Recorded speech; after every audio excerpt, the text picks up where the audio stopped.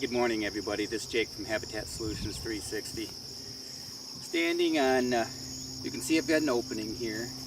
Northwoods whitetail hybrid screen.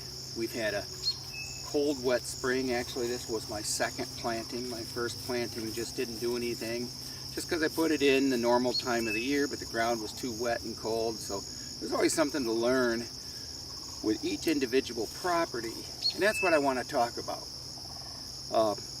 It's great to put plans together and use generalizations that normally 7 out of 10 you're going to get a win out of. But every once in a while you have weather conditions that change things, and then particular conditions that change the layouts of properties that don't work for each and every individual property. You can see this opening that I have in here. And what I discovered, this is about the third year I've put this temporary screen in. I strongly recommend that if you want a visual screen, don't put anything up that deer are going to eat or raccoons are going to eat. But what I discovered a couple of years ago was there are deer that come out from behind in a bedding area off in this direction, and they come into this soybean field, and there's an apple tree behind me, and what they like to do is stand here and look out. Now there's warm season grasses behind us, and there's alfalfa right out here in front of me, another great food source. They like to have some sort of visual confirmation. I'm not sure exactly why, because I've utilized compartmentalization and breaking up sight lines many times before with tree systems and never had an issue. But this one, it became really obvious what was going on through camera studies. And a couple of years ago I came in here and I actually mowed this path with a walk behind brush hog, and it solved the problem right away. Started having all the deer movement that I always had in the past that moved up to a food plot 100, 150 yards away from here. So they staged from one bedding area to a larger food plot behind me on the other side of those conifers into this food plot, and they're always changing, you know, whatever their palate is, what they're in the mood for. Because we've got soybeans, we've got brassicas in here, we've got alfalfa here. So as they're moving through, depending on conditions and wind directions, besides using their nose, they do like to use their eyesight. And this is where I discovered that sometimes you have to create an opening. Now this year I came through here with some glyphosate and sprayed this about a month ago. And now I got a nice clear opening that the deer can visually see from this side up into here, and then vice versa. Deer that are in these warm season grasses are going to slowly move out towards this alfalfa down along this edge, but they can look over here and see what's going on. And maybe it just also turns in, you know, deer are lazy, they don't like to go through here, and this is a nice breaking point halfway from one side to the other.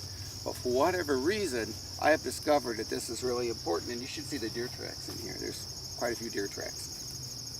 I also came by 2 weeks ago. It was quite dry, but we've recently had a couple of decent rains, you know, thank the Lord, upstairs. And I overseeded this opening out in front with crimson clover, and with the thatch from the dead sorghum that I killed with the glide, it has taken off really well. So I'm also putting a food source in here for the deer to transition from the soybeans into this alfalfa.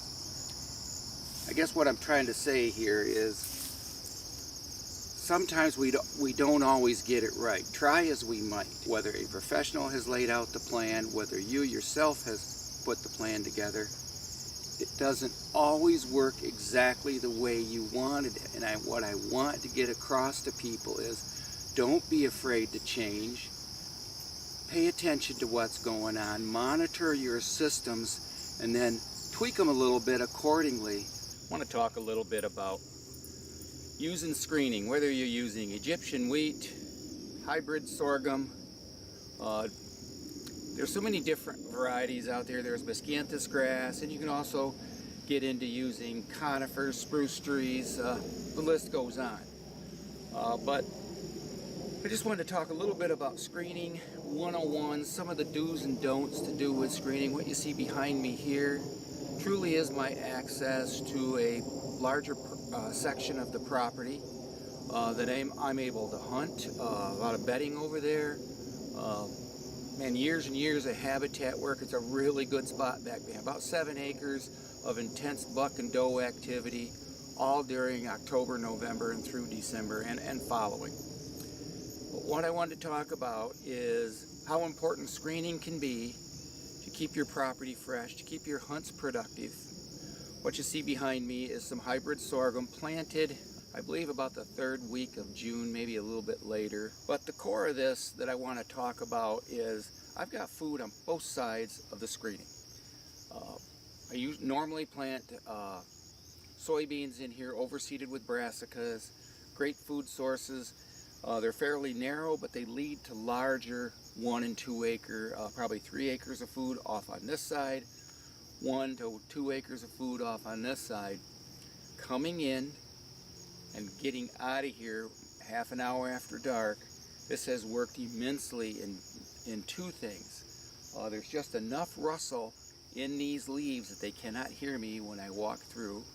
I utilize very good scent control, and then visually they can't see me, and that's really important. Some of the most successful hunts that all of us are going to be on start out with us getting into our hunting locations without notifying the deer that we're hunting. The easiest deer to kill is the deer that does not know you're hunting it. So it seems pretty simple, but when you start breaking it down and trying to utilize it on a property that you're managing and that you're doing habitat work, then comes the challenges, because we all have access challenges. I take my tractor, my equipment, my electric cart down through here. I use it for checking cameras, so this works really, really good. I just want to show you that with a little bit of planning, a little bit of time, and some TLC with fertilizing and all the things, taking the soil test, get the visual blocking that you were looking for in 1 year. I don't know if I'll ever go permanent here, just because of how difficult it would then be for me to get my tractor into this field and turn around, and I just drive across. I lift my disc up, of course, or my no-till drill up when we go across this access, but it just makes it really easy to go in and out of there.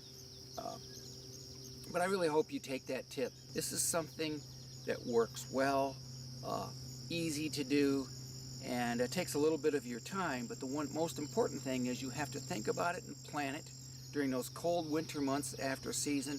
Get out a piece of paper, look at Google, start looking at the areas and the points that you access. My home and garage and yard is 250 yards up in this direction. I've got a line of spruce trees directly behind the camera. I can hide down. I've got access paths. I've got warm season grasses that are about 6 to 7 feet tall. I've got multitude of ways to get to this point that I can hide. But what I identified a number of years ago is that this was a gap.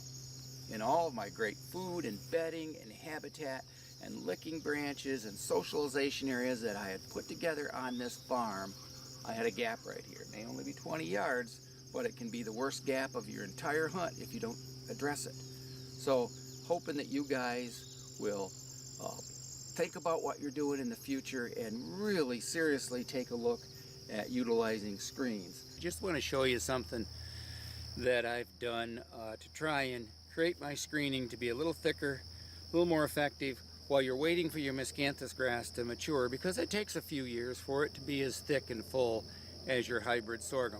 So right here, I've got a line of hybrid sorghum. Right here, I've got some, I believe this is 2 years old Miscanthus grass. It's going to take a while for it to get quite as tall, quite as thick as sorghum. So I've got 2 rows of Miscanthus grass running over here, and I've also got about 7 feet wide of sorghum. Hybrid sorghum comes from Northwoods Whitetail. It works really well. You just plant it on the inside. I've actually got this is south, so the Miscanthus grass is on the sun side to get the benefit it can get, and then I've got the sorghum over here. So just a simple way for you to get the benefit of your screening, have it work while you're waiting for the perennial. Long term, yeah, I want perennials here that screen these areas. I've also got switchgrass and big blue stem right here, and it works pretty well as a companion to it. But long-term goal is to have this really good screening where I come in and access.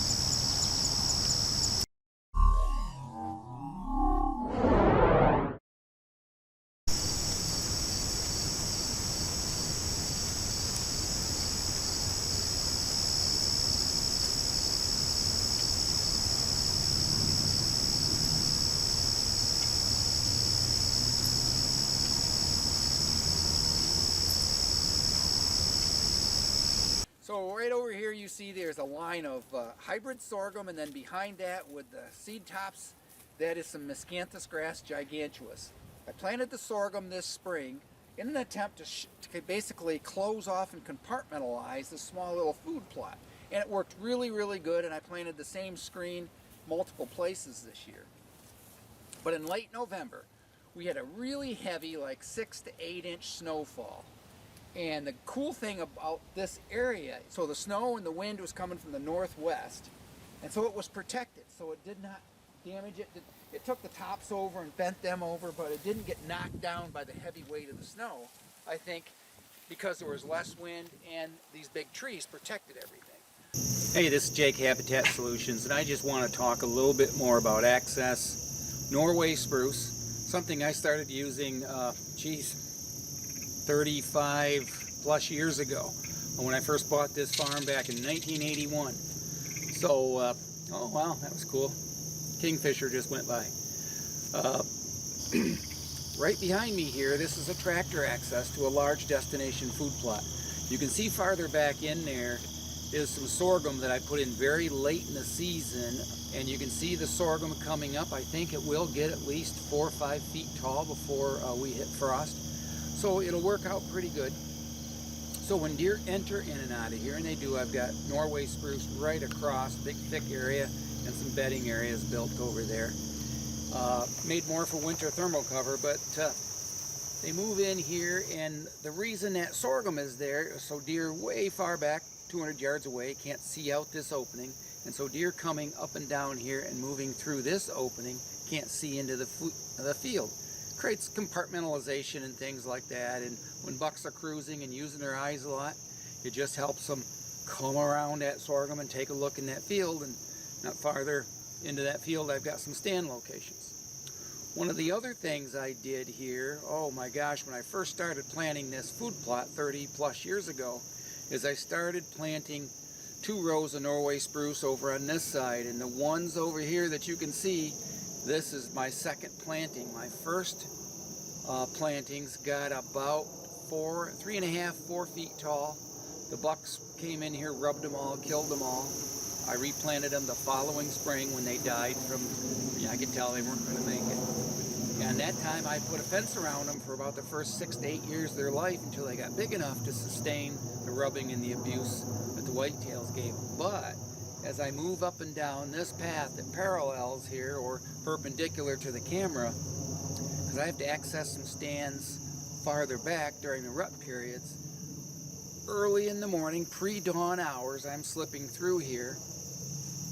Occasionally there's some deer still in this field, and so this screen has worked real good, and so does the sorghum back in there. You'll see pepper coming up behind me. But here's just another way that you can use Norway spruce for screening. One of the reasons I use Norway spruce is how they hold their lower limbs, and you can see these lower limbs go right to the ground. So it shields these lower part of the trees that you're not going to find in a lot of your pine species. So that's why I stick with spruce. Screening your access, hiding how you get in and out of your properties during the hunting season, they come in all varieties. Over here I've got 3 lines of white spruce. Over on this side, I've got some warm season grasses, mainly cave-in rock switchgrass and big blue stem. They both can be very effective All depends on your goals, the equipment, how long you're willing to wait. Spruce trees take a lot longer. There's just no doubt about it. Warm season grasses, usually by year 3 and 4, you're in pretty good shape, at least head high or not higher. But depending on your soil types, your goals, you know, there's lots of different reasons, personal reasons.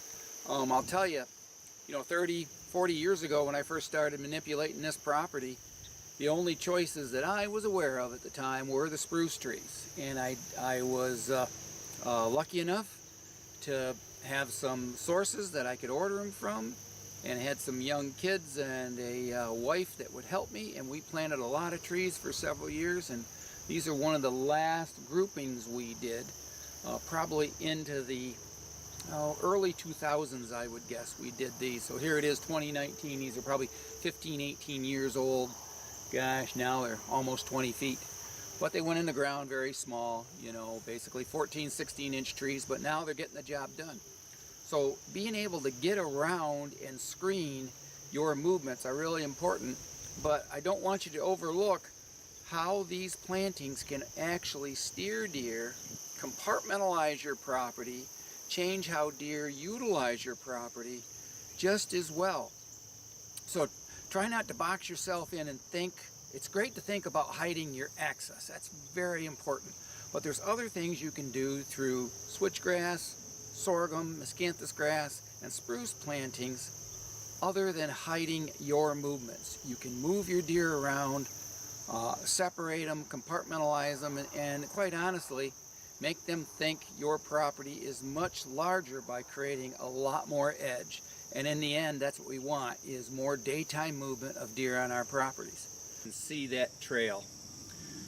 If you want to get into kind of detailed access, this is one of the tricks I've used for years, way before there was miscanthus grass and hybrid sorghum available. So back in the days, I ordered Norway spruce and white spruce from local tree suppliers, would plant them in rows of 2 or 3. This happens to be a row of 3, so there's 2 rows on this side, 1 row on this side. You can see I've mowed and manicured, trimmed the trees.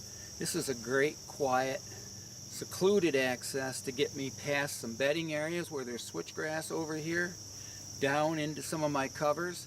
This is a long path. This takes a third of a mile, probably, at least, as I wind through here. And it gets me past open areas and some high elevation areas where there's switchgrass that deer could possibly see me as I going into specific stands, normally during the rut to hunt. But boy, does this work. And of course I come right back out, depending on the stands I'm using is why I select these trails that I've created. But I'll tell you, they work so darn well. So be sure to try and incorporate things like this in your long-term planning.